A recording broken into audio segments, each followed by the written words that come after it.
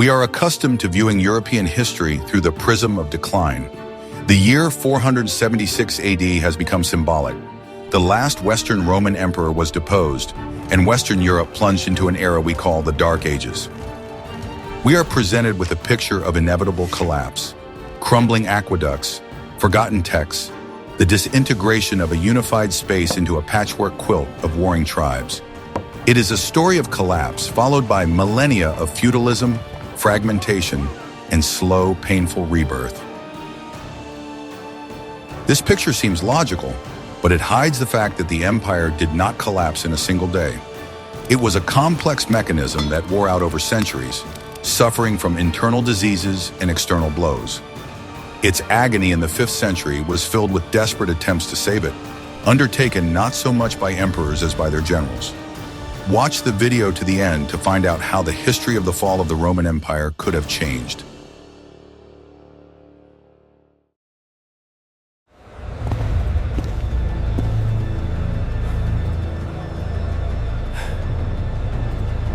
To understand the scale of possible change, we must look at the real world of the mid-5th century. This is no longer Trajan's triumphant empire. Since 395, the Roman Empire had been permanently divided into two parts: the Eastern Empire, with its capital in impregnable Constantinople, and the Western Empire, whose government had moved from Rome to the safer, marsh-surrounded Ravenna. The Eastern Empire was rich, with a developed economy and diplomacy. The Western Empire was its pale shadow. The Western Empire in the 450s was an organism losing its vital organs. Britain had been abandoned by the legions half a century earlier. Spain had effectively fallen away, captured by the Swabian Alans. But the most devastating blow came in 439, when the Vandals, led by King Gaiseric, crossed the Strait of Gibraltar and captured Carthage, the capital of the province of Africa. This was not just a loss of territory, it was an economic disaster. Africa was Rome's breadbasket, the main supplier of grain and olive oil to Italy. With the loss of Africa, the Western Empire lost not only its food supply, but also a huge part of its tax revenue. Without money, the emperors in Ravenna could not maintain an army. And the army was needed more than ever. From the north, the Franks and Alemanni were putting pressure on the empire on the Rhine. But the most terrible threat hanging over the entire civilized world was the empire of the Huns, led by Attila. At this critical moment, the Western Empire was ruled by the weak and jealous Emperor Valentinian III. All real power was concentrated in the hands of one man, the commander-in-chief of all armies, Magister Utriusque Militia, Flavius Aetius. Aetius was a genius of diplomacy and warfare.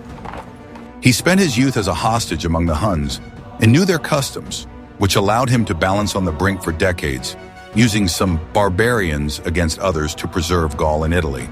He was the only support holding the fragile edifice of the West from collapsing. In 451, he accomplished the impossible. Faced with Attila's invasion of Gaul, Aetius assembled a coalition of seemingly irreconcilable enemies: Roman legions, Visigoths, Franks, and Burgundians. In a grand battle on the Catalaunian fields, one of the bloodiest battles of late antiquity, he stopped the Huns. It was not so much a Roman victory as a barbarian victory won by a Roman commander. Attila was stopped, but not defeated. He retreated, and 2 years later, his empire collapsed after his sudden death. The threat from the east disappeared. It seemed that the empire had been given a respite, a chance to recover. Aetius was a triumphant savior of the West. He planned to strengthen his alliance with the imperial family by marrying his son to Valentinian's daughter. But it was this very triumph that led to his downfall. Emperor Valentinian III, who had spent his entire life in the shadow of the powerful commander, saw him not as a savior, but as a threat to his power. In 454, he summoned Aetius to the palace in Ravenna for a report.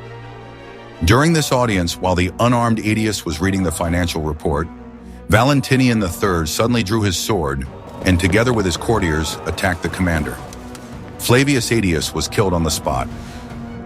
One of his contemporary senators grimly remarked to the emperor, "You have cut off your right hand with your left." The consequences of this act were immediate and catastrophic.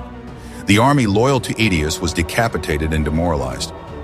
Just 1 year later, in 455, the Vandals from Carthage, seeing that there was no one left to defend Rome, sailed unhindered to the mouth of the Tiber and subjected the Eternal City to 2 weeks of looting, which caused damage incomparable to the previous Gothic invasion.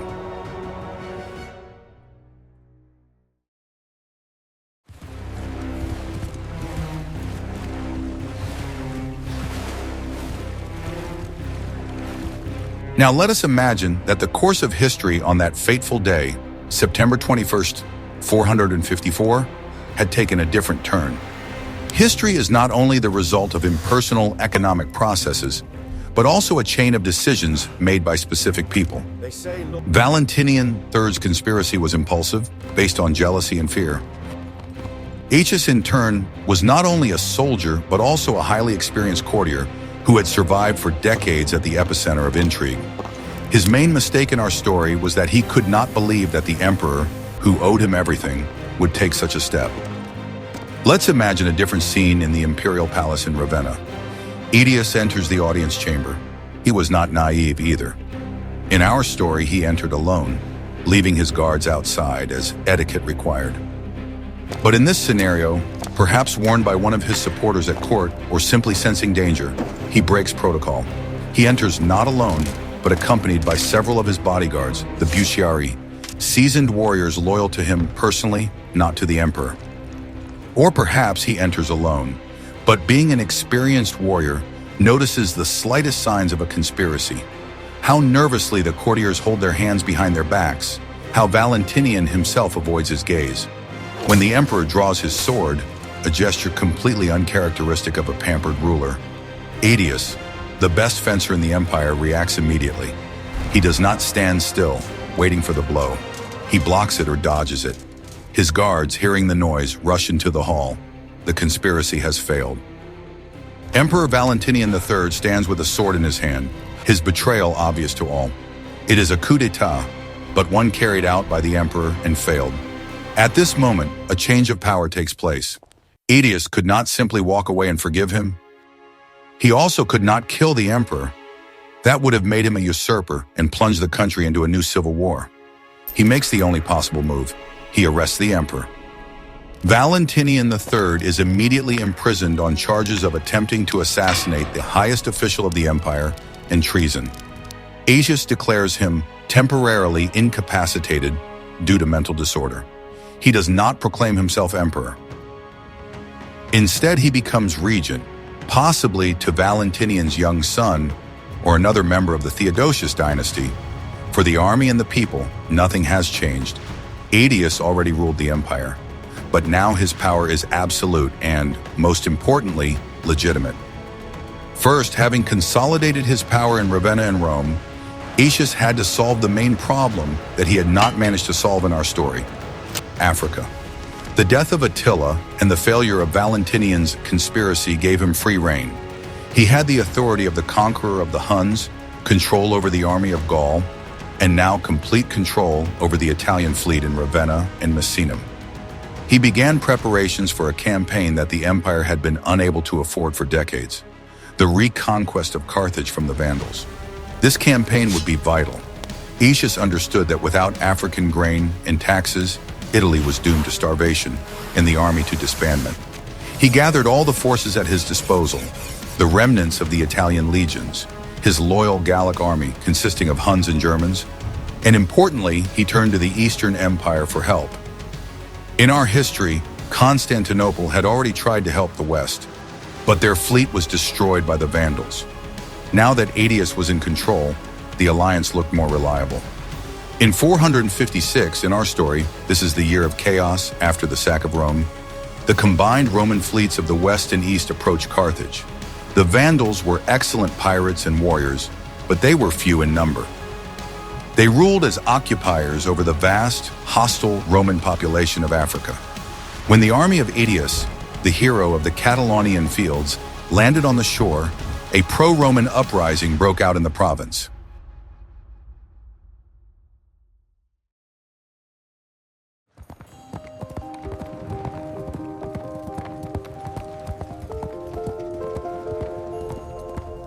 The return of Africa immediately changed everything.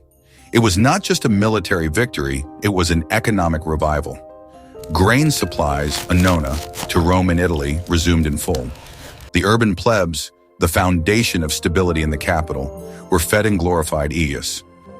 But more importantly, taxes from the richest province begin to flow into the treasury in Ravenna again. Aetius has money, a resource that the Western Empire has not had for the last 30 years. Where does he send this money? To the army. In our story, the Western army had deteriorated by this point. It consisted of scattered bands of barbarian federates who fought for loot and were loyal only to their leaders. The centralized supply and payment system had collapsed. Aetius, having received African revenues, immediately changed this system. He began to pay the federates not with promises of land, but with solid gold solidi. He also reopened the state armories, Fabricae, which had been closed in our history due to lack of funds. Now he had the resources to re-equip and supply his troops. He can afford to maintain not just a personal guard, but a full-fledged, albeit small, professional army. This army becomes the core to which he begins to bind his barbarian allies. The next logical step for Aetius is Gaul. In our history, after his death, Gaul rapidly fell apart. The Visigoths created the Kingdom of Toulouse, the Burgundians created their own in the Rhone Valley, and the Franks expanded from the northern forests. During his lifetime, Aetius was the only one who kept this cauldron in balance. Now, having escaped destruction, and with the resources of Africa behind him, he returns to Gaul in a different capacity, not as a supplicant, but as a master. He does not try to expel the Goths, Franks, and Burgundians.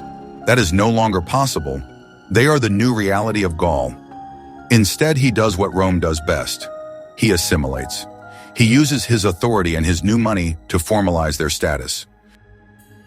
Their leaders received not just land to use, but official Roman military titles, magister militum, and positions in the provincial administration. They became Roman generals and governors. What happens is not the fall of Gaul, but its transformation.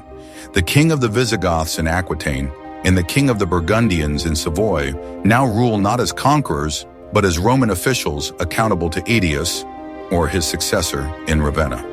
They are still Germans, but their elite begins to actively Romanize in order to fit into the imperial structure. They send their sons to study Latin at schools in Arles and Bordeaux in order to pursue careers.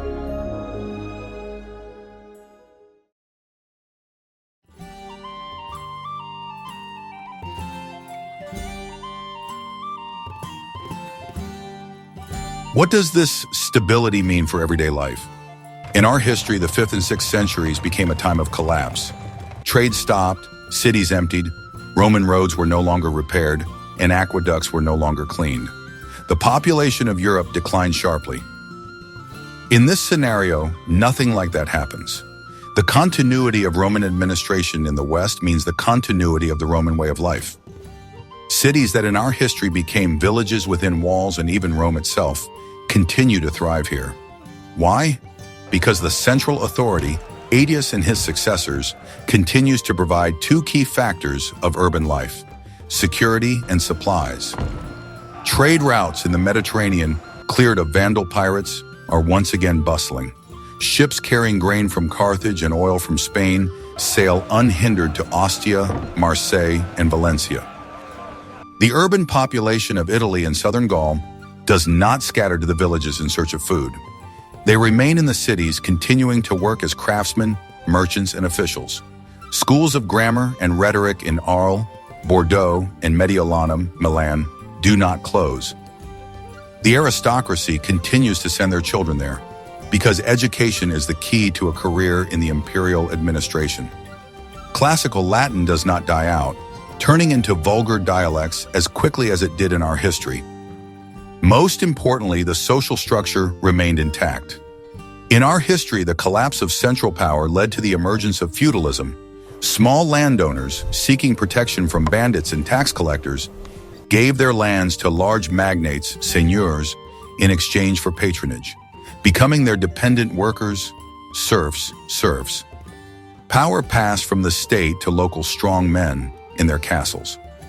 In this scenario, this does not happen. Why? Because the state, restored by Aetius, continues to perform its main function, to protect its citizens. There is an imperial army that fights bandits. There is an imperial court where a free citizen, even if he is poor, can still appeal. A small farmer does not need to seek protection from a local aristocrat because he is protected by the law and the legion. Feudalism simply has no ground to take root. The economy of the West remains monetary. In the dark ages of our history, coins almost disappeared from circulation, giving way to barter. Here, however, Ravenna, receiving taxes from Africa, continues to mint full-weight gold solidi. Soldiers are paid in coins, officials receive their salaries in coins, and taxes are paid in coins. This supports a complex market economy, which in our history had to be rebuilt over centuries.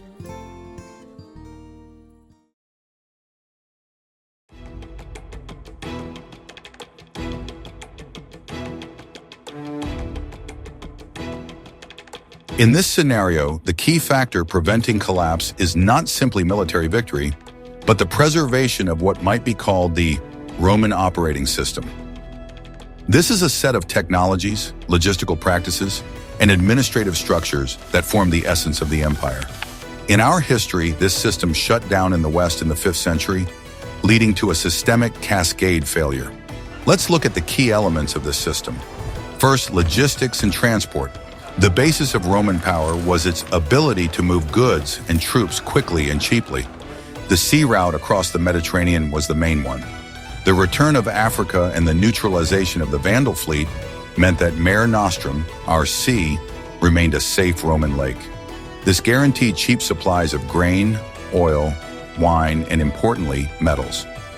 On land, there is the famous network of Roman roads. In our history, they were no longer repaired and by the 6th century had fallen into disrepair. In this scenario, the central government in Ravenna, with its tax base, continues to allocate funds for their maintenance. This is not a luxury, but a necessity. Armies must move quickly to the borders on the Rhine or Danube, and officials must deliver orders. Functioning roads mean that Gaul and Spain remain connected to Italy. Second, technology. The Romans were not great inventors in our sense of the word, but they were geniuses of engineering and scaling. Their main technology was hydraulics. Aqueducts supplying cities with clean water were the foundation of urban civilization. In Rome, Milan, and Arles, they continue to function because city administrations have the funds to clean and repair them. This prevents the depopulation of cities and maintains hygiene standards. Similarly, Roman agricultural techniques continue to be used in agriculture. In our history, many complex irrigation systems in Spain and Africa have been abandoned. Here, they continue to function, maintaining high crop yields.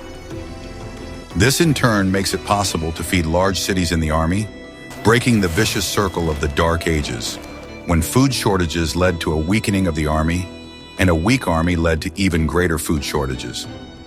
Thirdly, the army. Maintaining centralized financing means maintaining standards. State fabrici, arms factories, in Cremona, Pavia, and Arles continue to produce standard weapons. Helmets, chainmail, lorica hamada, spears and swords, spada. In our history, weapons production has become artisanal and local. Here, however, the legion stationed in Gaul is armed in the same way as the legion in Italy. This ensures technological and tactical superiority over any external enemy.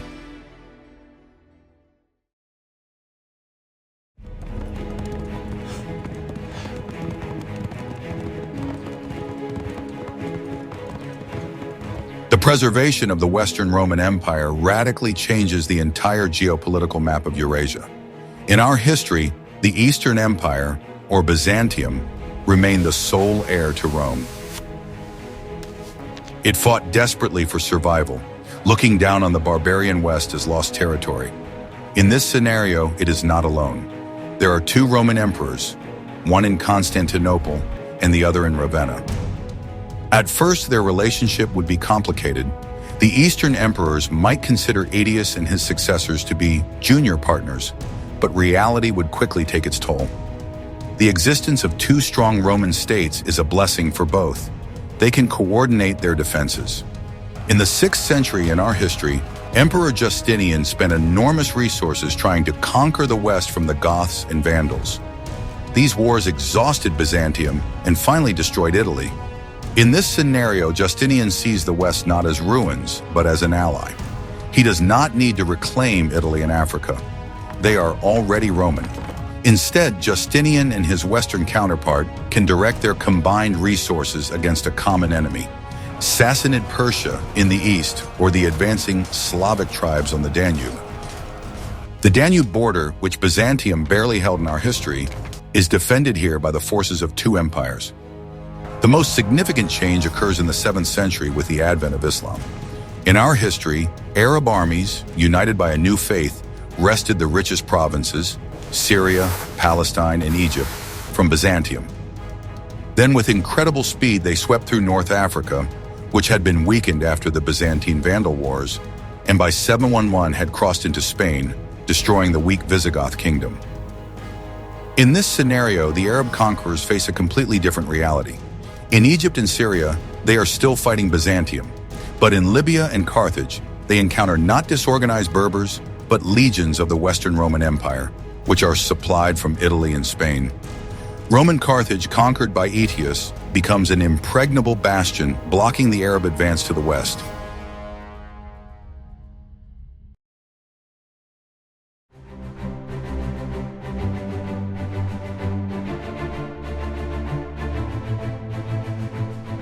How did the internal life of Europe change? The main difference was the absence of feudalism. In our history, society was built on the principle of a pyramid. The king gave land to the duke to the baron to the knight, and at the bottom were the serfs, tied to the land. It was a system of personal oaths and loyalty that replaced state law. In a world where Rome did not fall, this system does not exist. Society continues to live according to the norms of Roman law. The main division is not between lord and vassal, but between citizen, civis, and non-citizen. Although by this time, probably all free inhabitants of the empire were already citizens. Property rights are sacred. Farmers own their land, pay taxes to the state, and are free. They are not serfs. There is no feudal army of knights, but rather a professional state army. This also changes the language map. In our history, Latin died as a living language, breaking up into many vulgar folk dialects, the future French, Spanish, and Italian. This happened because the unified administrative and educational system disappeared. In this scenario, Latin remains the lingua franca. The unified imperial administration, the unified army, and the unified church continue to use classical Latin. Of course, in Gaul, soldiers speak their own folk Latin with a Frankish accent, and in Spain they speak their own. But as long as there is a single empire, these languages remain dialects rather than separate languages. An educated person from Lyon reads and writes Latin as fluently as an official from Rome. This greatly facilitates trade, the dissemination of knowledge, and governance. Europe remains a unified cultural and linguistic space. But the most profound change concerns religion. In our history, the Pope, the Bishop of Rome, became the dominant figure in the West. Why? Because after 476, he remained the only Roman institution in Rome. He took over the functions of governing the city, made treaties with the barbarians, and crowned emperors, Charlemagne. He became an independent spiritual and political force.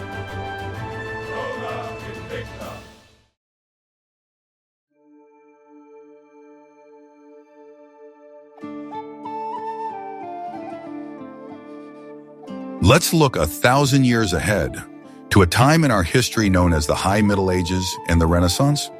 What would the world have been like without the Dark Ages? It would be unrecognizable. In our history, the Renaissance, rebirth, was a rediscovery of antiquity. The texts of Plato and Aristotle, works on Roman engineering, all of this had to be gathered bit by bit in monasteries or borrowed from the Arabs. In this scenario, there is no need to rediscover anything. The classical heritage was never lost. The libraries of Rome, Mediolanum, Carthage, and Arles preserved complete collections of the works of ancient authors. Schools did not degenerate into monastic scriptoria. On the contrary, they evolved into universities, but not in the 13th century like Bologna and Paris, but possibly as early as the 8th or 9th century. These were state imperial universities that trained lawyers, engineers, doctors, and officials.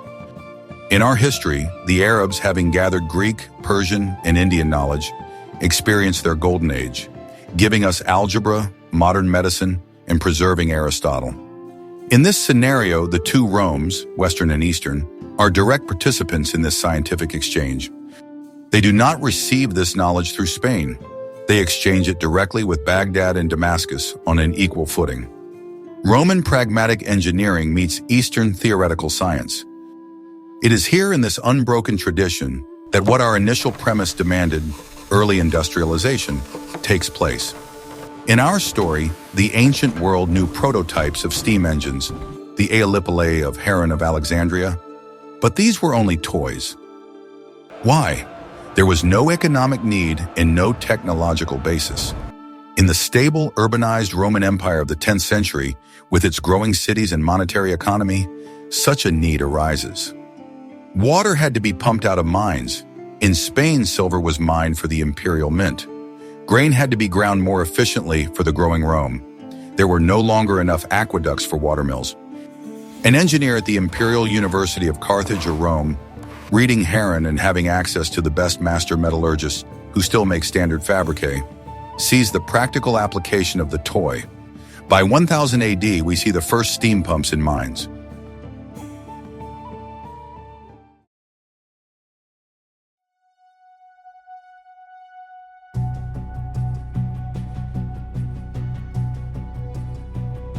The story we have considered is only one of many possibilities, a logical assumption based on the survival of one man in 454. But this assumption shows how fragile the trajectory of our world was. The murder of Aetius was not inevitable, nor was the fall of Rome. It was the result of human jealousy and fear. The consequences of this act, the Dark Ages, feudalism, cultural rupture, shaped the world we live in. In an alternative scenario, the continuous Roman Empire in the West is not just preserved aqueducts and legions. It is a completely different model of development, a world without feudal fragmentation, with a single law, a single economy, and a single scientific tradition. It is a world that avoided 1,000 years of stagnation and made a technological leap 1,000 years earlier.